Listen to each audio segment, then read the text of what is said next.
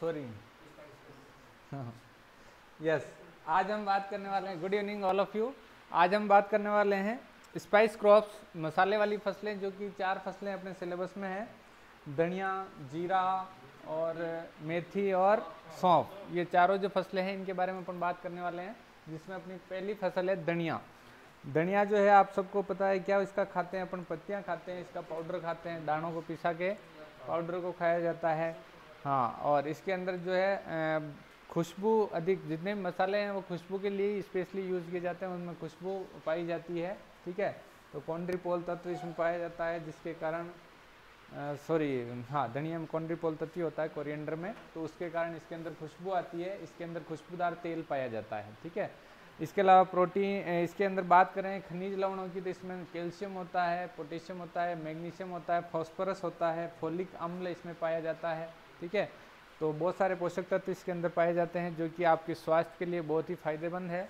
और ये जो है अपने एक तो पाचन क्षमता बढ़ाता है, पाचन क्षमता को अच्छी करता है, और पेट से संबंधित कोई बीमारियां हैं उनको भी ये दूर करता है, रक्त संचार को बढ़ाता है। जितने भी मसाले हैं उनका जो है अपने इंडिया के अंदर सबसे ज़्यादा उपयोग किया जाता है मसालों का, और मसाले जो हैं मतलब अपनी इम्यून सिस्टम को बढ़ाने का काम करते हैं। आज जहाँ कोरोना में विश्व में जितनी ज़्यादा मौतें हुई है, उससे कम इंडिया में होने के पीछे यही कारण है कि अपन मसालों का सेवन बहुत अधिक करते हैं। ठीक है, तो वो मसाले जो है अपने रोग प्रतिरोधक क्षमता को बढ़ाते हैं। इस वजह से जो है आज अपन जो है काफ़ी मतलब स्वस्थ हैं, और ज़्यादा अपने अंदर वो बीमारी नहीं फैली है।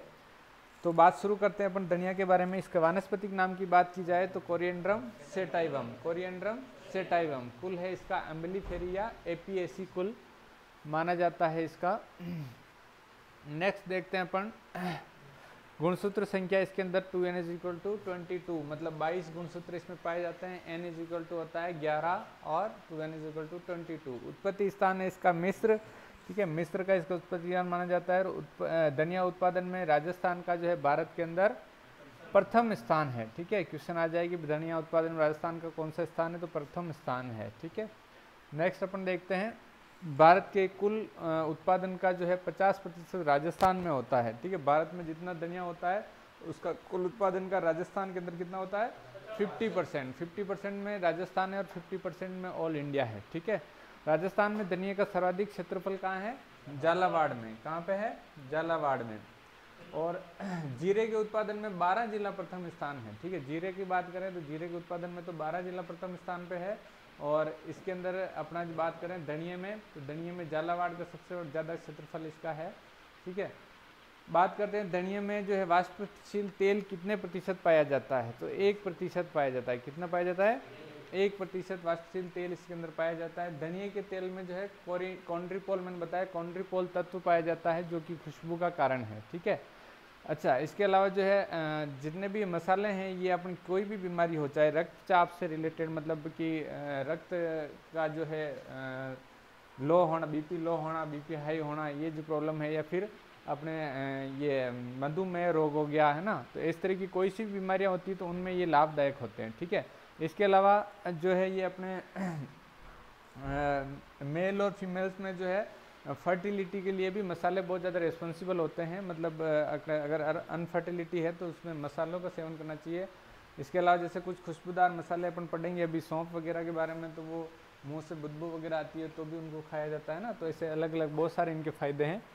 धनिया में जो परागण होता है अपना पर परागण होता है, जो किसके द्वारा होता है, मधुमक्खियों के द्वारा।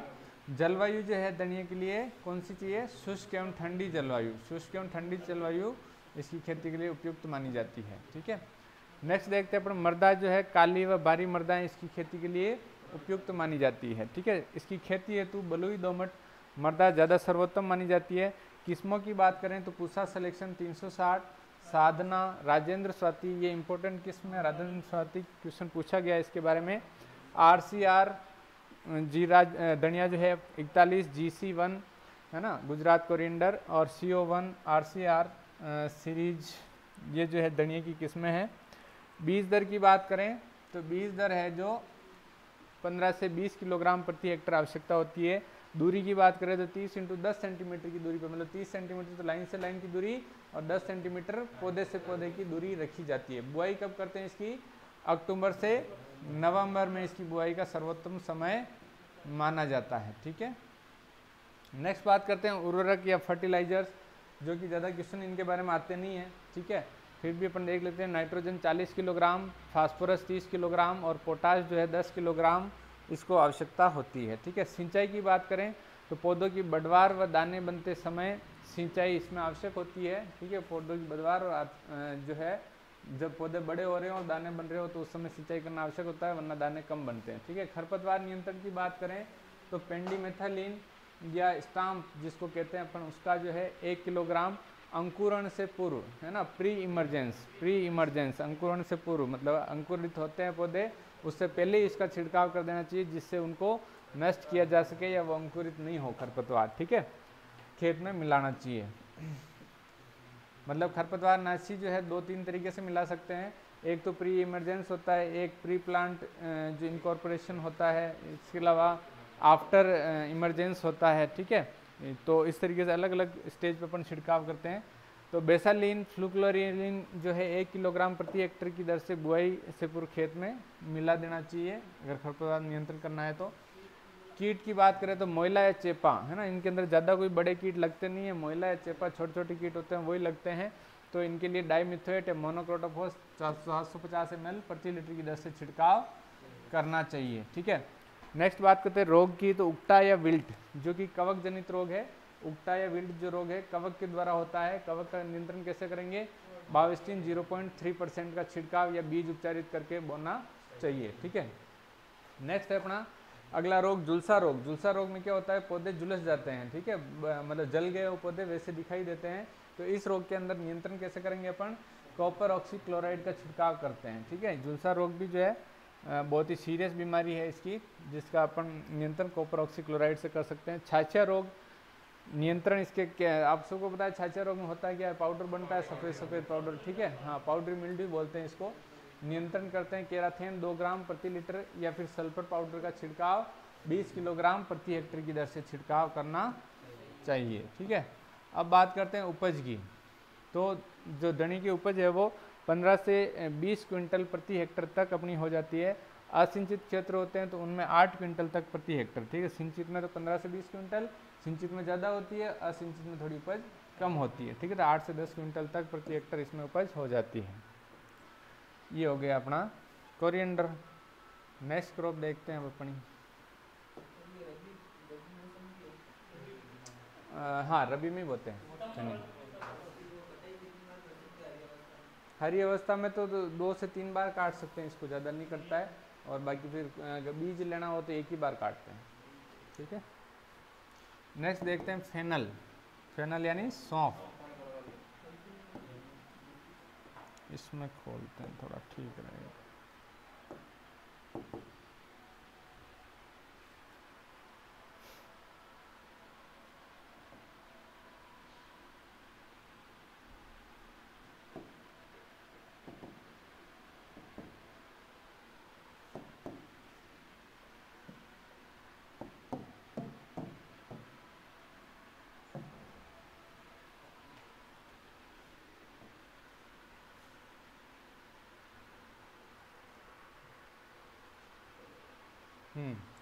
नेक्स्ट है अपनी सौंफ। सौंफ के भी वैसे ही जितने मसालों के फायदे हैं लगभग मिलते जुलते हैं। एक तो सौंफ अपने पाचन क्रिया को बढ़ाता है। क्या करता है? पाचन क्रिया को बढ़ाता है। कहते हैं कि भाई खाने के बाद सौंफ खानी चाहिए, तो उसके पीछे एक तो रीज़न है, एक पाचन क्रिया को बढ़ाता है, भोजन को जल्दी पचाता है। लगभग बहुत सारे लोगों के पेट में पाचन अपच की समस्या, गैस की समस्या होती है, तो उसके लिए जो है सौंफ को सेवन करना चाहिए, मिश्री के साथ मिला के खाना चाहिए। हाँ, या फिर गर्भवती महिलाएं होती वो भी खा सकती है उसको, उनके अपच की समस्या हो तो वो भी उसमें भी फायदेमंद है। ठीक है, इसके अलावा जो अपने मेन हैं जेंट्स, उनके अंदर जो है अगर शुक्राणुओं का फॉर्मेशन कम हो रहा है, वीर्य का फॉर्मेशन कम हो रहा है, तो उसमें भी जो है सौंफ फायदेमंद मानी गई है। ठीक है, तो इस तरीके से सौंफ के कई सारे फायदे हैं। और रक्त संचार अच्छा करता है। ठीक है, और मुंह की बदबू को ये दूर करता है। ठीक है, तो इस तरीके कई सारे फायदे हैं इसके। बात करते हैं वानस्पतिक नाम है इसका फोनिकुलम वल्गेर। फोनिकुलम वल्गेर। ठीक है, फेनल इसको इंग्लिश में बोलते हैं, हिंदी में बोलते हैं इसको सौंफ। ठीक है, फोनिकुलम वल्गेर कुल है इसका अम्बेलिफेरी। कौन सा कुल है? अम्बेलिफेरी। गुणसूत्र संख्या इसके अंदर 22, जो कि 2n = 22 होते हैं, ठीक है, n = 11।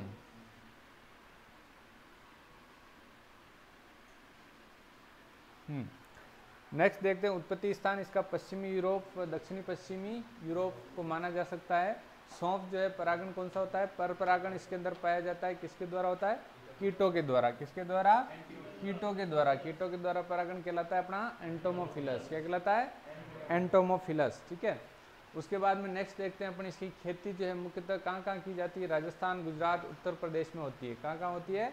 राजस्थान, गुजरात और उत्तर प्रदेश में इसकी खेती की जाती है। और इसके बीजों में 1% तेल पाया जाता है, वाष्पशील तेल। कौन सा तेल पाया जाता है? वाष्पशील सुगंधित तेल, ठीक है, जो कि वाष्प के रूप में उड़ता है, ऐसा तेल होता है। नेक्स्ट बात करते हैं अपन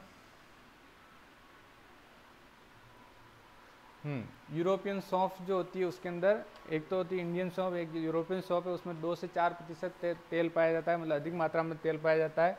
जलवायु ये ठंडी जलवायु की यानी रबी सीजन की क्रॉप है ये भी, ठीक है। और शुष्क जलवायु के लिए इसकी आवश्यकता होती है, क्योंकि ज़्यादा जलवायु मतलब जिसमें नमी ज़्यादा होगी तो उसमें फंगस वाली बीमारियाँ ज़्यादा लगती है, ठीक है। तो इसके लिए ज़्यादा नमी वाला मौसम नहीं चाहिए, शुष्क और ठंडी जलवायु की आवश्यकता होती है, ठीक है। बुआई का समय इसका 15 सितंबर से 15 अक्टूबर माना जाता है। कितना है? 15 सितंबर से 15 अक्टूबर इसकी बुआई के लिए उपयुक्त समय है।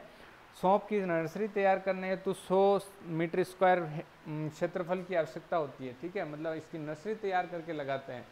जितनी भी अपनी ये मसाले वाली फसलें हैं अपन पढ़ रहे हैं, उनमें से यही एकमात्र ऐसी फसल है जिसकी नर्सरी तैयार करके लगाते हैं। बाकी की डायरेक्ट सोविंग की जाती है, ठीक है। बाकी को सीधा खेत में बोया जाता है।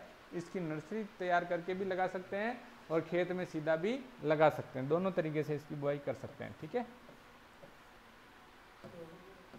नहीं ये हुआ नहीं अभी, वो PDF की तरह निकालने लगे। हाँ, नेक्स्ट देखते हैं नर्सरी तैयार करने का समय जुलाई अगस्त, ठीक है। जुलाई अगस्त में नर्सरी तैयार करते हैं, जो कि फिर 15 अक्टूबर के लगभग पौधे अपन लगा देते हैं, ठीक है। किस्मों की बात की जाए तो GF1 selection 16, UF1, RF 125, ST9, Lucknow 1। ये लखनऊ 1 जो है चबाने के लिए उपयुक्त मानी जाती है, मतलब चबाने के लिए सर्वोत्तम किस्म मानी जाती है, ठीक है। नेक्स्ट देख लेते हैं अपन बीज दर। 8 से 10 किलोग्राम प्रति हेक्टर सीधी बुआई के लिए और 3 से 4 किलोग्राम नर्सरी से बुआई के लिए। नर्सरी में बुआई करने पर मेहनत ज़्यादा करनी पड़ती है, लेबर ज़्यादा लगानी पड़ती है, तो बीज दर कम हो जाती है और प्रोडक्शन बढ़ जाता है, ठीक है। प्रोडक्शन ज़्यादा होता है अगर नर्सरी तैयार करके पौधे लगाते हैं तो, ठीक है। बात की जाए दूरी की तो पौधे से पौधे की दूरी, मतलब पौधे और लाइन की दूरी 60 × 80 सेंटीमीटर रखते हैं। 60 × 80 सेंटीमीटर रखी जाती है। उर्वरक की बात की जाए तो NPK जो है 90, 40 और 0, मतलब नाइट्रोजन तो होगा 90 किलोग्राम, फास्फोरस होगा 40 और पोटाश होगा 0, ठीक है। पोटाश की इसको आवश्यकता नहीं होती है, मतलब जमीन में जो थोड़ा बहुत पोटाश होता है उससे इसका काम चल जाता है, ठीक है। सिंचाई की बात करें तो सौंफ की फसल को अन्य मसालों की वाली फसलों की अपेक्षा अधिक सिंचाई की आवश्यकता होती है, ठीक है। इसका जो पौधा है थोड़ा लंबे समय तक रहता है और इसको सिंचाई की आवश्यकता अधिक होती है, ठीक है। खरपतवार नाशक जो है पेंडीमेथालिन 1 किलोग्राम प्रति हेक्टर या फिर बेसालिन बुआई से पूर्व छिड़काव कर सकते हैं, ठीक है। खरपतवार के लिए देखो इंटीग्रेटेड खरपतवार मैनेजमेंट करना चाहिए अपने को, समन्वित खरपतवार प्रबंधन। अगर अपन फंजी ये वीडीसाइड ही छांटेंगे तो उससे भूमि खराब होने की संभावना ज़्यादा रहती है, तो इसलिए अपने को भूमि खराब नहीं करनी है तो अपने को समन्वित खरपतवार प्रबंधन करना चाहिए। समन्वित खरपतवार प्रबंधन क्या होता है ये आपको सबको अच्छे से पता होगा। मतलब जितनी भी विधियाँ होती है खरपतवार नियंत्रण की, उनका समन्वित इस तरीके से यूज करना है कि पर्यावरण को नुकसान कम से कम हो या नहीं हो, या फिर ज़मीन को नुकसान नहीं हो, मृदा खराब नहीं हो। इस तरीके से अपन सभी विधियों का समन्वित रूप से उपयोग करना ही समन्वित खरपतवार प्रबंधन कहलाता है, ठीक है। कीट की बात करें तो इसके अंदर जो है ज़्यादा कोई कीट लगते नहीं है। मोइला, थ्रिप्स वही छोटे छोटे कीट होते हैं जो रस चूसने का काम करते हैं, ठीक है, जो इसके अंदर लगते हैं। तो मोइले को नियंत्रित कैसे करेंगे अपन, लिखे है ना नाम, रोगोर 1 ml का छिड़काव करते हैं, ठीक है। रोगोर 1 ml का छिड़काव, मतलब कोई सा भी जो कम जहरीला मतलब जो रसायन है उसका छिड़काव अपन इसमें कर सकते हैं। ज़्यादा जहरीले की छिड़काव करने की आवश्यकता नहीं पड़ती, क्योंकि उनमें जीव ही इतना ही होता है, थोड़ा सा जीव होता है, छिड़काव और बेचारा मर जाता है। ठीक है, आग में गिरता है अपने तो भी मर जाता है। हाँ, तो इसकी मौत इसका इंतज़ार कर रही होती है आग में। हाँ, रोग की बात करें तो रोग के इसके अंदर जो है ब्लाइट यानी झुलसा रोग लगता है, जिसका नियंत्रण बाविस्टीन है ना, बाविस्टीन थायरम कैप्टान कोई सा भी। ब्लाइट झुलसा रोग किससे होता है? कवक से। कवक जनित रोग का नियंत्रण आपको सबको आता है, कैसे करते हैं? कवकनाशी है ना, फंजीसाइड का छिड़काव करते हैं। नेक्स्ट है चूर्णीलासिता रोग, जो कि छाछा रोग के नाम से भी जाना जाता है। चूर्णीलासिता रोग यानी छाछा रोग, पाउडरी मिल्ड्यू। इसमें क्या होते हैं? स्पोर्स बन जाते हैं, सफ़ेद सफ़ेद पाउडर पौधे के ऊपर दिखाई देता है। नियंत्रण करते हैं अपन सल्फर पाउडर या फिर केराथेन का छिड़काव कर सकते हैं। ठीक है, इसके अलावा जो है इसके अंदर और रोग लगता है गोंदिया रोग, जिसको अपन बोलते हैं गमोसिस। क्या है? गमोसिस। इसमें क्या होता है? होता है किसके द्वारा? कवक के द्वारा। किसके द्वारा? कवक के द्वारा। जो क्या क्या बनता है इसमें? गोंद जैसा चिपचिपा पदार्थ। क्या बन जाता है? गोंद जैसा चिपचिपा पदार्थ इसके अंदर बन जाता है, तो उसको बोलते हैं गोंदिया रोग। ठीक है, और ये रोग जो है कैल्शियम की कमी से भी हो सकता है ना, कैल्शियम की कमी होती है तो ये ज़्यादा फैलता है, मतलब होता तो कवक के द्वारा है, परंतु जो है ज़्यादा फैलता है अगर कैल्शियम की कमी हो तो। ठीक है, नेक्स्ट बात करते हैं अपन नियंत्रण की। गोंदिया रोग का नियंत्रण कॉपर सल्फेट का छिड़काव कर सकते हैं। ठीक है, उपज की बात करें तो 10 से 15 क्विंटल प्रति हेक्टर, 10 से 15 क्विंटल प्रति हेक्टर तक उपज इसकी हो जाती है। मसाले वाली फसलों के बीजों का भंडारण कितनी नमी पर करना चाहिए? 6 से 8% नमी पर। कितनी पर? 6 से 8% नमी पर। हाँ, ये सब दिखाया हुआ है आपके लिए इम्पोर्टेंट। ये जो पॉइंट है ना लास्ट वाले, ये मोस्ट इम्पोर्टेंट पॉइंट्स हैं। ठीक है, तिलहनी फसलों का भंडारण 6 से 8% नमी पर करना चाहिए। कितनी नमी पर? 6 से 8%। ये जो नमी दे रही है ये फिक्स है, स्टैंडर्ड है। ठीक है, स्टैंडर्ड है कि इस नमी पर ही भंडारण करना चाहिए, क्योंकि जो ज़्यादातर इंसेक्ट पेस्ट हैं वो अधिक नमी पर लगते हैं। ठीक है, जो भंडारित कीट हैं वो अधिक नमी पर ज़्यादा लगते हैं, इसलिए नमी कम रखनी चाहिए। और कम कितनी कम रखनी चाहिए कि इसमें लिखी उतनी रखनी चाहिए। ठीक है, नमी मापक यंत्र आता है, उससे नमी को माप के पता करना चाहिए कि भाई कितनी नमी है। तो तिलहनी फसलों का भंडारण 6 से 8% नमी पर करते हैं, और दलहनी फसलों का भंडारण जो है 8 से 10%, और अनाज वाली फसलों का 10 से 12% नमी पर भंडारण करना चाहिए। ये हो गई आपकी पूरी 2 क्रॉप तो खत्म हो गई है आपकी। ओ सब खत्म हो जाएगी। 4 क्रॉप करनी है ना आज, फिर मसाले खत्म, फिर कल आपके मेडिसिनल ख़त्म कर देंगे। ठीक है, हो गया फिर कोर्स। जब कोर्स कराने की सोच ही लेते हैं तो तुरंत होता है। बाकी मैं तो सोच रहा था आराम से धीरे धीरे एक एक रोज पढ़ेंगे।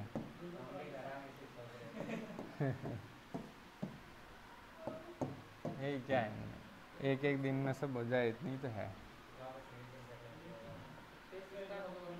हैं?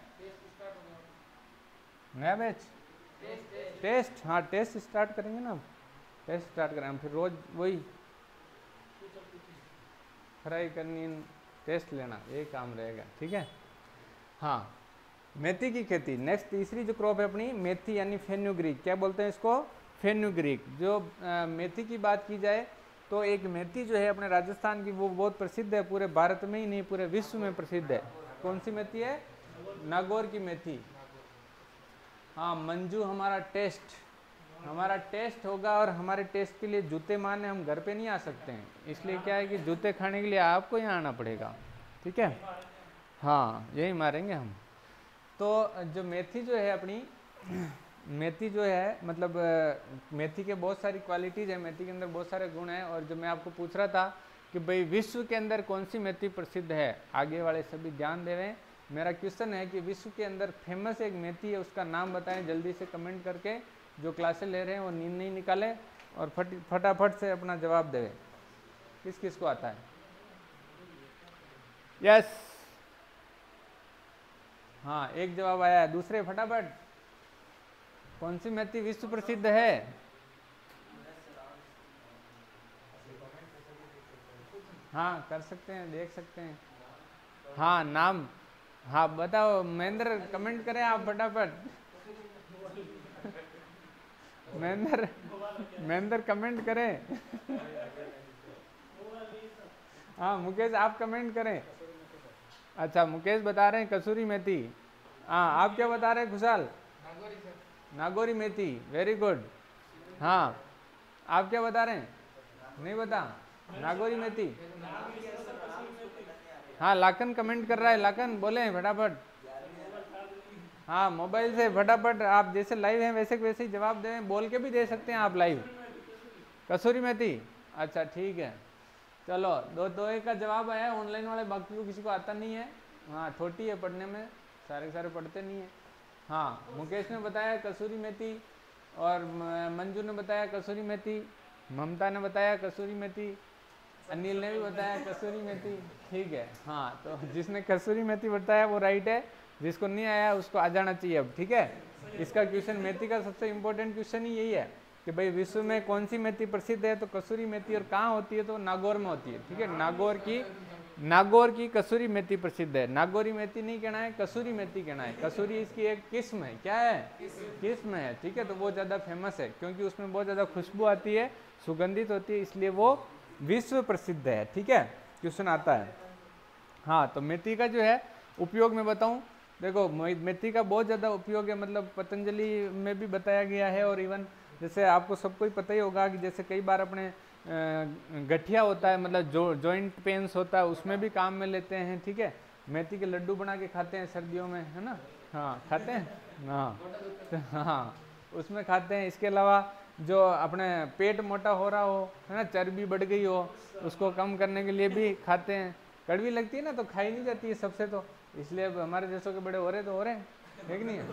हाँ तो जो है मतलब मोटापा कम करने के लिए भी मेथी को सुबह के समय जो है मतलब फाकी के रूप में खा के और फिर पानी पी लेना चाहिए, जिससे वो जितनी भी शरीर के अंदर की जो चर्बी है उसको खींच लेगी और शरीर से बाहर निकाल देगी। ठीक है, इसके अलावा मेथी के जो बीज होते हैं अपने शरीर में उपस्थित जहरीले तत्व होते हैं उनको भी ये सोखने का काम करते हैं। ठीक है, उनको भी ये कंट्रोल करते हैं, जिससे अपना शरीर स्वस्थ बना रहता है, बीमारियों की रोग प्रतिरोधक क्षमता अपने अंदर बढ़ जाती है। ठीक है, इसके अलावा मेथी जो है पेट साफ करने का काम भी करती है। ठीक है, मतलब चर्बी कैसे कम होगी, पेट साफ करेगी तभी कम होगी। ठीक है, इसके अलावा पाचन क्षमता को बढ़ाती है। ठीक है, रक्त संचार अच्छा करती है, जिनके मतलब ये बीमारी होती है ना अपने शुगर की, हाँ जिनके शुगर की बीमारी हो, डायबिटीज़ की, उनके लिए भी जो है ये फ़ायदेमंद मानी गई है मेथी। ठीक है, इस तरीके से मेथी का अपन पानी भी पी सकते हैं, इसको उबाल के इसका पानी पियेंगे तो भी फायदेमंद है, और अगर इसकी सब्जी बना के खाते हैं तो भी फायदेमंद है। और अपने सभी डेली मतलब सब्जियों में थोड़ी थोड़ी कसूरी मेथी डालते हैं, वो इसीलिए डालते हैं कि आपका स्वास्थ्य अच्छा रहे। ठीक है, तो इसलिए इसके कई सारे फायदे हैं। और मेथी जो है कौन से कुल की फसल है? लेग्यूमिनेसी कुल की। ठीक है, ये क्वेश्चन आता है ना, आया हुआ है कंपटीशन एग्जाम में कि मेथी कौन से कुल की फसल है। जितनी भी ये मसाले वाली थी इनके कुल बहुत इंपॉर्टेंट है। ठीक है, कुल जरूर याद रखना इनके। चलो बात शुरू करते हैं। तो वानस्पतिक नाम है ट्राइगोनेला फोइनम ग्रेइकम। ट्राइगोनेला फोइनम ग्रेइकम, मेथी का जो नाम है ट्राइगोनेला फोइनम ग्रेइकम नाम से ये जानी जाती है। कुल है इसका लेग्यूमिनेसी, गुणसूत्र संख्या इसके अंदर 16, उत्पत्ति स्थान है दक्षिणी पश्चिमी एशिया इसका उत्पत्ति स्थान माना जाता है।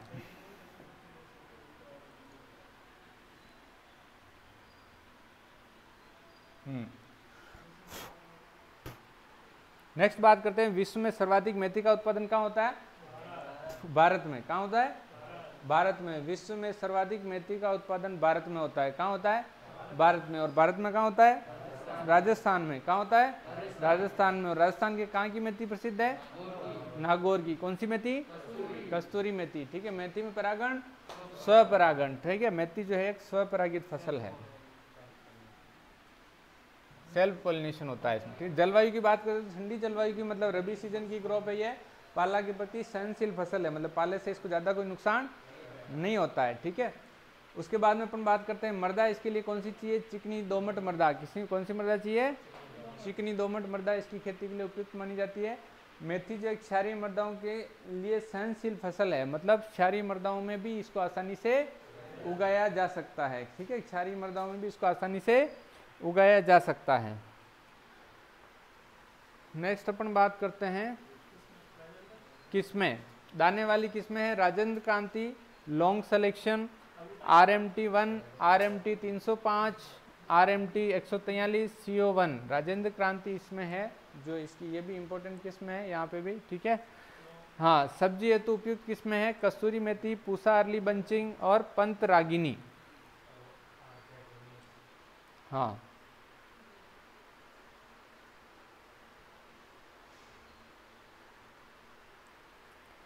नेक्स्ट है अपना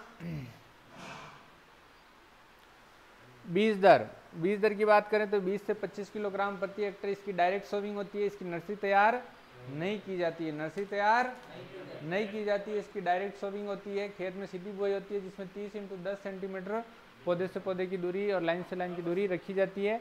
बीज की गहराई 3 से 5 सेंटीमीटर। बीज की गहराई डिपेंड करती है बीज की साइज पे, ठीक है। अगर बीज छोटा होगा तो कम गहरा बोएंगे और ज़्यादा मोटा होगा तो गहराई पर बो सकते हैं, ठीक है। तो इसकी गहराई कितनी रखी जाती है? 3 से 5 सेंटीमीटर तक ये उग सकता है। बीज उपचार करते हैं, मैंने मेथड आपको बताया FIR, कोई सी फसल हो उसमें बीज उपचार करना है, यही मेथड अपने को काम में लेना है, FIR, ठीक है। मेथी के बीजोपचार में राइजोबियम कौन सा काम में लेते हैं? मिलीलोटाई, राइजोबियम मिलीलोटाई। क्वेश्चन पूछते हैं कि मेथी के उपचार में किस प्रकार का राइजोबियम काम में लिया जाता है, तो राइजोबियम मिलीलोटाई काम में लिया जाता है। बुआई का समय कब है? मध्य अक्टूबर से मध्य नवंबर, मतलब अक्टूबर नवंबर जो इसकी बुआई का उपयुक्त समय माना जाता है, ठीक है। नेक्स्ट बात करते हैं उर्वरक यानी फर्टिलाइजर्स। मेथी के अंदर फर्टिलाइजर की आवश्यकता होती है NPK 20, 40 और 20, ठीक है। 20 kilo nitrogen, 40 kilo phosphorus, 20 kilo potash की आवश्यकता होती है। सिंचाई की बात करें तो पहली सिंचाई जो है बुआई के 30 दिन बाद करनी चाहिए। कब करनी चाहिए? 30 दिन बाद। एक जो है देखो सिंचाई का सबसे इंपॉर्टेंट क्वेश्चन आता है अपना गेहूं का अंदर, किसका आता है? गेहूं का आता है ना। गेहूं का आता है कि भाई CRI अवस्था जो होती है वो कब आती है, या फिर CRI अवस्था यानी सीरा मतलब जो गेहूं में पहली सिंचाई कब करनी चाहिए, है ना। तो CRI अवस्था पर, कौन सी अवस्था पर? CRI, है ना। वो गेहूं के लिए इंपॉर्टेंट, मोस्ट इंपॉर्टेंट क्वेश्चन है ना, आता है, कई बार आया हुआ है, ठीक है। तो वो 21 दिन बाद आती है और उसको CRI अवस्था बोलते हैं। कौन सी CRI अवस्था? क्रिटिकल रूट इनिशिएशन अवस्था, ठीक है। जो क्रांतिक अवस्थाएं बोल सकते हैं उसको, ठीक है। सिंचाई की इसका हो गया। नेक्स्ट है खरपतवार नियंत्रण, बेसालिन या पेंडीमेथालिन। बेसालिन या पेंडीमेथालिन 1 किलोग्राम प्रति हेक्टेयर की दर से छिड़काव अपने कर सकते हैं। इसमें ज़्यादा नहीं छांटना है, ज़्यादा छांटोगे तो पूरी फसल ही चौपट हो जाएगी। हाँ, खरपतवार नाशियों का विशेष ध्यान रखना होता है, ज़्यादा नहीं छांटना। कीट की बात करें तो इसमें विशेष कोई कीट नहीं लगते हैं। मोइला, चेपा वही रस चूसने वाले छोटे छोटे कीट है, तो उनको नियंत्रित करने के लिए जो कम विषैले पदार्थ होते हैं, रासायनिक पदार्थ, उनका छिड़काव कर सकते हैं, जैसे मोनोक्रोटोफॉस, मेलाथियान, रोगोर, है ना। इनमें से किसी का भी छिड़काव अपन कर सकते हैं, ठीक है। नेक्स्ट बात करते हैं रोगों की। रोग जो है इसमें छाछा रोग लगता है। कौन सा रोग लगता है? छाछा रोग। छाछा रोग में नियंत्रण कैसे करते हैं? सल्फर युक्त कवकनाशी यानी केराथेन या सल्फर पाउडर, है ना, सल्फर पाउडर या केराथेन का छिड़काव कर सकते हैं। डाउनी मिल्ड्यू की बात की जाए जिसको बोलते हैं अपन चूर्णी लासिता रोग। क्या बोलते हैं? चूर्णी लासिता रोग। नियंत्रण कैसे करते हैं? मेन को जब कोई सा भी फंजीसाइड छाट दो, है ना। चूर्णी लासिता में जो ये अपना मर्दुरोमी लासिता है, इसमें कोई सा भी छाट सकते हैं, ठीक है। डाउनी मिल्ड्यू या चूर्णी लासिता रोग जो है नियंत्रण इसका मेनकोजेब है, ठीक है। नेक्स्ट है जड़ गलन रोग। इसका रोग कारक कौन है? Rhizoctonia species. कौन है? Rhizoctonia species. अब बात करते हैं उपज की। सिंचित क्षेत्रों से हो जाती है 25 से 30 क्विंटल प्रति हेक्टर, ठीक है। और असिंचित क्षेत्रों से 10 से 15 क्विंटल प्रति हेक्टर तक मेथी की उपज हो जाती है। ये अपनी मेथी फिनिश।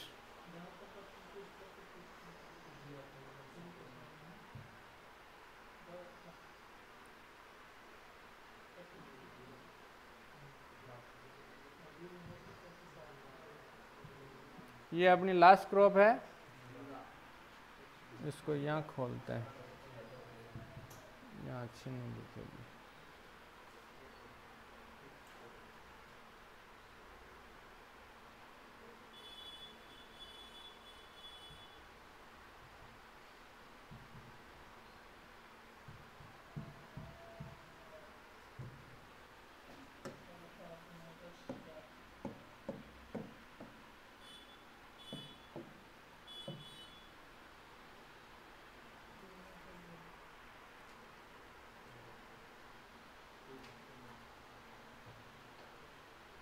यस, मसाले वाली फसलों में अपनी नेक्स्ट रो आती है जीरा।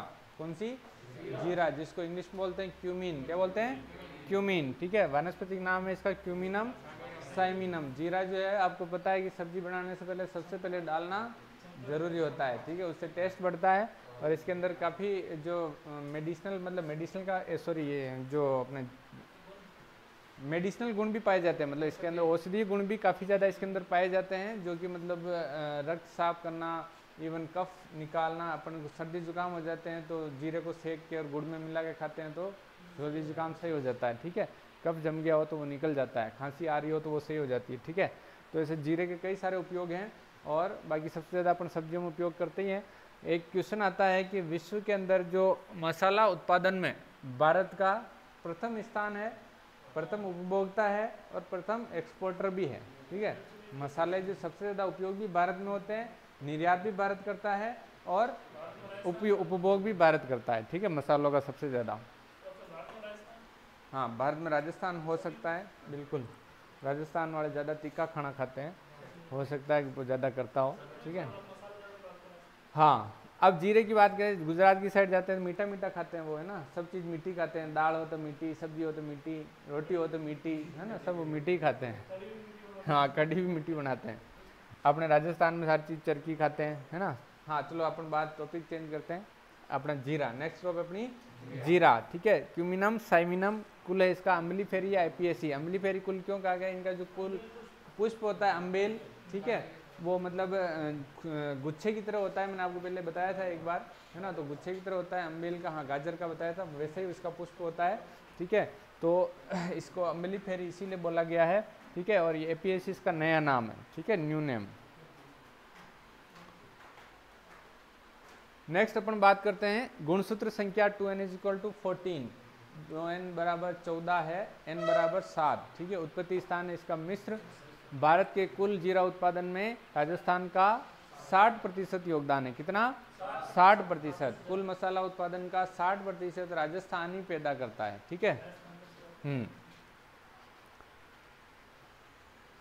नेक्स्ट, राजस्थान में कहाँ ज़्यादा होता है? तो बाड़मेर में क्षेत्रफल में प्रथम स्थान पर तथा उत्पादन में जालोर प्रथम स्थान पर है। ठीक है, जीरा के उत्पादन में जालोर, जीरा से जालोर याद रख लेना, जीरा जालोर। ठीक है, जीरा जालोर। एक और चीज़ है अनार, है ना, अनार अहोर, है ना, वो जालोर, दोनों ही जालोर की चीज़ें फेमस है, तो याद रखना ये। ठीक है, जीरे में कौन सा तत्व पाया जाता है? क्यूमिनोल तत्व, क्यूमिनोल तत्व। और धनिया में कौन सा था? कॉन्ड्रीपोल, कॉन्ड्रीपोल। कोरिएंडर यानी कॉन्ड्रीपोल। ठीक है, नाम से इंग्लिश नाम याद रखना, कोरिएंडर यानी कॉन्ड्रीपोल और क्यूमिन यानी क्यूमिनोल। ठीक है, क्यूमिन यानी क्यूमिनोल। तो तत्व इसके अंदर पाया जाता है। क्वेश्चन आता है क्यूमिनोल किस में पाया जाता है? तो जीरे में, क्यूमिन में। ठीक है, हाँ। नेक्स्ट अपन बात करते हैं, जीरे के बीजों में तेल पाया जाता है कितना? 2.5%, 2.5% वाष्पशील तेल इसके बीजों के अंदर पाया जाता है।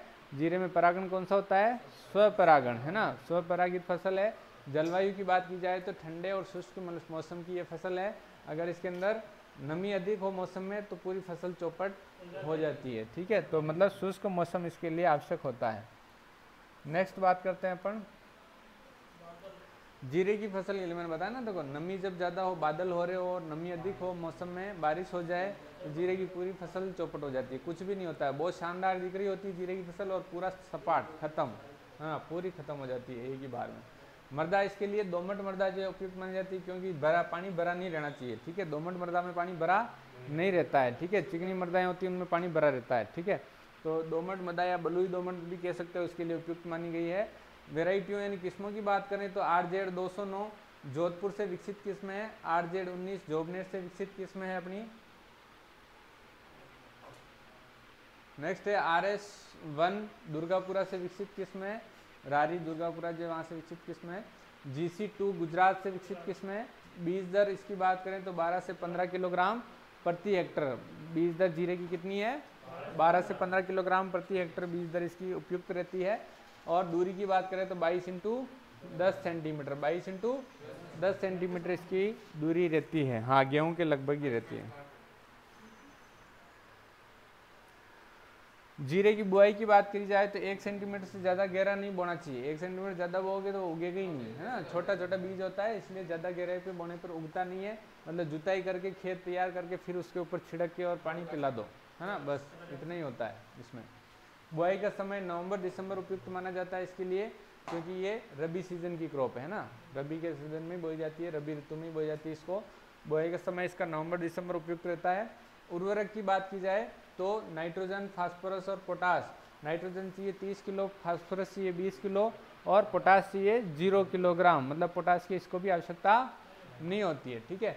नेक्स्ट बात करते हैं सिंचाई। इसमें आवश्यकता अनुसार करनी है, सभी फसलों में आवश्यकता अनुसार करनी है, परंतु इसमें विशेष ध्यान रखना है कि भाई ज़्यादा सिंचाई नहीं करनी, क्योंकि ज़्यादा सिंचाई करोगे तो क्या हो जाएगा, फसल खराब हो जाएगी, ठीक है। फंगल डिजीज मतलब फफूंद वाली बीमारियां ज़्यादा लगती है अगर पानी भरा रह जाता है, तो इसलिए पानी इसमें भरा नहीं रहना चाहिए। और 50% दाने भरने के बाद सिंचाई कर देनी चाहिए, मतलब 50% दाने भरने के बाद सिंचाई करनी चाहिए, बाकी मतलब जो सॉरी बंद कर देनी चाहिए, है ना। 50% दाने भरने के बाद, मतलब बाद में फिर फंगस बीमारी लगने के ज़्यादा चांसेस हो जाते हैं, ठीक है। तो 50% दाने जब भर जाए उसके बाद में सिंचाई को रोक देना चाहिए। बाकी सिंचाई का ध्यान रखना चाहिए कि भाई एक्स्ट्रा सिंचाई अपने को नहीं करनी चाहिए, इसमें पानी भरा नहीं रहना चाहिए।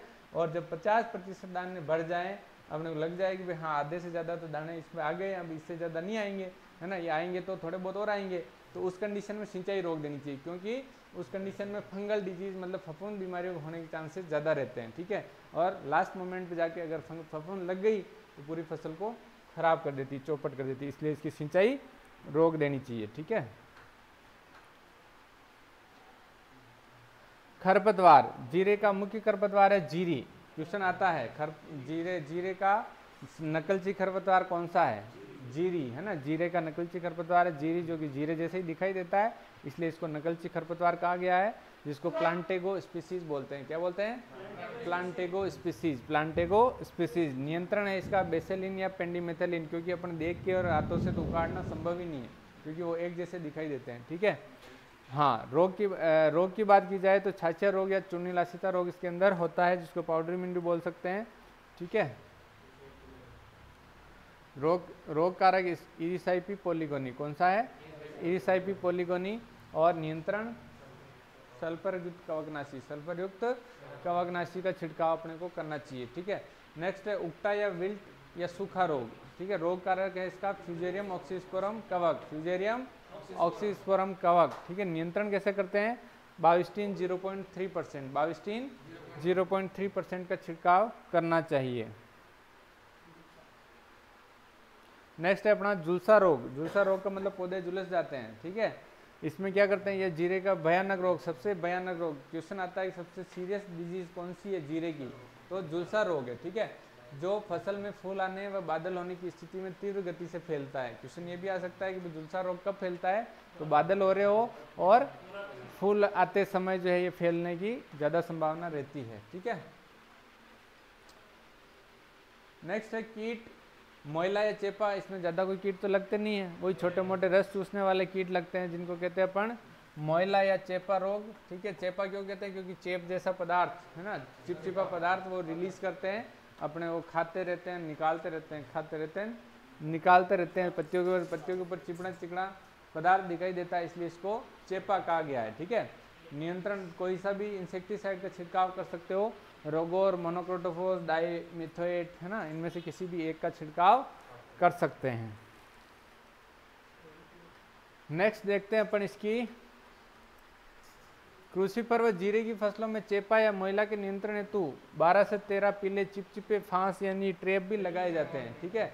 मैंने आपको एक क्रॉप पढ़ाई थी कोई, जिसमें बताया था शायद कि भाई खेत के अंदर जो चिपचिपे पदार्थ ये मतलब चेपा है, मतलब एफिड्स, उनको नियंत्रित करने के लिए अलग अलग जगह पर मतलब 12 से 13 एक हेक्टेयर के अंदर 12 से 13 पीले रंग के ट्रैप लगाए जाते हैं। देखो ये जो अपने एफिड्स हैं, हाँ मैंने आपको नहीं बताया था, एक कोई दूसरे बैच में बताया था, जहाँ पे मैंने दूसरा मतलब पेस्ट पढ़ाए थे ना कीट, उस समय बताया था मैंने कि भाई जैसे इसमें ट्रैप अलग अलग तरह के होते हैं, ठीक है। ट्रैप फिरोमोन ट्रैप होता है एक तो, है ना, जिसमें खुशबू आती है ना। फिरोमोन ट्रैप में मतलब जो फीमेल होती है उनके जो हार्मोन होते हैं उनको मतलब रखा जाता है खेत में, और फिर उनके नीचे या तो केरोसिन भरा हुआ, केरोसिन भर के और पात्र रख देते हैं, या फिर कोई भी इंसेक्टिसाइड कीटनाशक भर के थाली में या परात में और रख दिया जाता है, तो जैसे ही वो उससे आकर्षित होकर आते हैं और उससे टकरा के नीचे गिर जाते हैं और फिर वो मर जाते हैं। ठीक है, तो वो मतलब होते हैं अपने फिरोमोन ट्रैप, और ये होते हैं पीले रंग के ट्रैप, है ना। पीले रंग के मतलब जितना आपने देखा होगा कि भाई दिसंबर के महीने में अगर हाँ पीला रंग के कोई कपड़े पहन लिए तो अपने काले हो जाते हैं, है ना। काले क्यों हो जाते हैं, वो बहुत सारे मच्छर बैठ जाते हैं। ठीक है, तो इसलिए ये पीले रंग की तरफ आकर्षित होते हैं। तो पीले रंग के ट्रैप लगाने से क्या होगा कि पीले रंग की तरफ ये आकर्षित होंगे और वो चिपचिपा होगा। वो पीला रंग का जो ट्रैप है वो चिपचिपा होता है, तो उस पर आते ही वो चिपक जाते हैं, वापस उड़ नहीं पाते। आ तो जाएगा पर जा नहीं पाएगा। ठीक है, तो इसलिए जाना उनके बस में नहीं है। ठीक है, हाँ, तो 12 से 13 पीले ट्रैप लगा सकते हैं जिससे वो नियंत्रित किए जा सकते हैं। ठीक है, उपज की बात करें तो 6 से 10 क्विंटल प्रति हेक्टर, कितनी 6 से 10 क्विंटल प्रति हेक्टर तक इसकी उपज हो जाती है। मतलब जीरा बोते हैं, जीरा हो गया तो नियाल भी कर देता है, नहीं हुआ तो बर्बाद भी कर देता है। ठीक है, कुछ भी नहीं होता है, पूरा फसल ही चौपट हो जाती है। ठीक है, हाँ, वो गाना है आपने सुना होगा, मत बाओ मर परण्या जीरो, है ना। हाँ, मारा जीरो जीवरो बेरी रे, मत बाओ मर परण्या जीरो, है ना। तो वो जो गाना है वो परिणा को कहती है कि भाई जीरा मत बो, जीरा मेरी हालत खराब कर देता है ना, वहीं बैठे रहना पड़ता है उसको खेतों में ही। ठीक है, तो इसलिए हाँ, ये तो हो गई अपने मसाले वाली सारी फसलें।